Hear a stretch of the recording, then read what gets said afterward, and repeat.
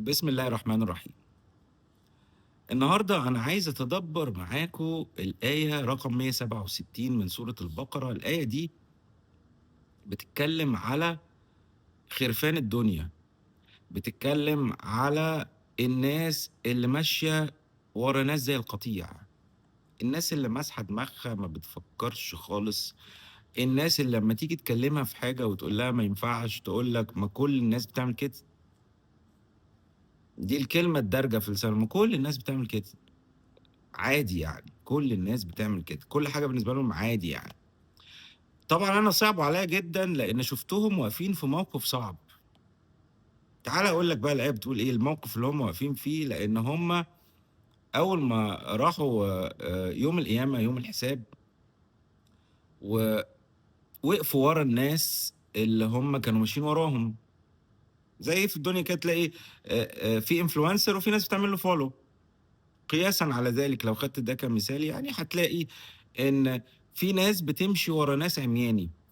فهُم جريوا على الناس دي يوم القيامة، فاللي حصل إيه، إن الناس اللي كانوا هُم ماشيين وراهم قالوا لهم لأ، إحنا ما نعرفكمش، إحنا ما لناش فيه، إحنا عندنا مصيبة، إحنا كمان مش هنشيلكم. فطبعًا هُم أصلًا إيه، هُم حسّوا إنّهم رايحين في داهية بسبب الناس دي، هُم رايحين بيلجأوا لهم، فلقوهم بيتبرّؤوا منهم. فطبعًا ده حطّهم في صدمة، لإن هو ما حدّش طَب ما هو مين اللي هيحمينا بقى ومين اللي هيقول ما هو إحنا كُنّا ماشيين ورا الناس دي في الدنيا عشان الناس دي هي اللي فاهمة، وإحنا لغينا دماغنا ومشينا وراهم. فرُحنا لقينا الناس دي يوم القيامة بتقول لك لأ ما لناش فيه، حد قال لك تمشي ورانا؟ تعالَ بقى بُص هُم بيقولوا إيه بقى، هُم في الموقف الصعب ده بيقولوا إيه، أعوذ بالله من الشيطان الرجيم. وقال الذين اتبعوا لو أن لنا كرة فنتبرأ منهم كما تبرأوا منا كذلك يريهم الله أعمالهم حسرات عليهم وما هم بخارجين من النار. شايف عايزين إيه؟ عايزين يردوا لهم اللي حصل فيهم. فبيقول لك إيه؟ لو أن لنا كرة. هم حصل لهم صدمة بعد اللي حصل لهم في الآية 166. آآ مشكلة الناس دي إيه بقى؟ إنها ولا بتتعقل ولا بتتفكر. وربنا قال لنا صراحةً في القرآن تعقل وتفكّر وما تسلّمش دماغك لحد، عشان أنت مسؤول عن أعمالك. بس التابعين بقى دول اتصابوا بمرض الغشاوة، بقوا في الدنيا كده ماشيين عاملين زي اللي هو اللي ماشي وهو نايم، عارف اللي ماشي وهو نايم؟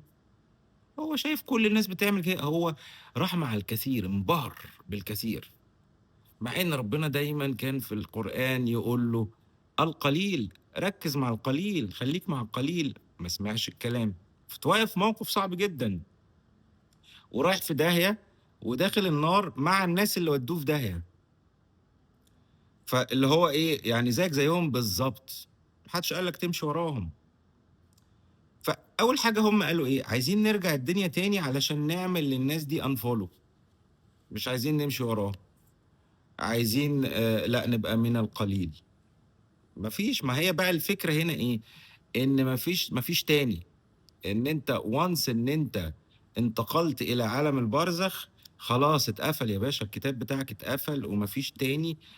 أنت كده هو اللي اتكتب في الكتاب ده بإيدك أنت، هو ده عملك وهو ده اللي يا هيدخّلك يمين، يا هيدخّلك شمال.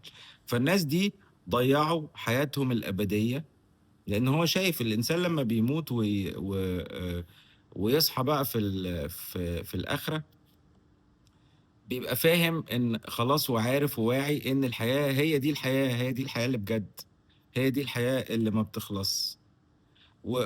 وخلّي بالك ربنا إيه بقى، بيورّيهم أعمالهم حسرات، هو كمان بيتعذّب من الحسرة، يعني ده في عذاب نفسي، وما هم بخارجين من النار، بسبب شوية التفاهة وشوية الناس اللي هو مشي وراهم في الدنيا، اتزنق و و و ودخل في عذاب أبدي مش هيعرف يخرج منه، عشان مشي ورا ناس لا تستحق، أو عشان عمل حاجات لا تستحق، عشان الناس بتعمل كده فهو عمل زيهم. مشكلة كبيرة وخسارة كبيرة للشخص ده. والآية بما معناها يعني بتقول لك إيه؟ ما تمشيش ورا حد، امشي ورا القرآن فقط، امشي ورا كلام الله. والسلام عليكم ورحمة الله وبركاته.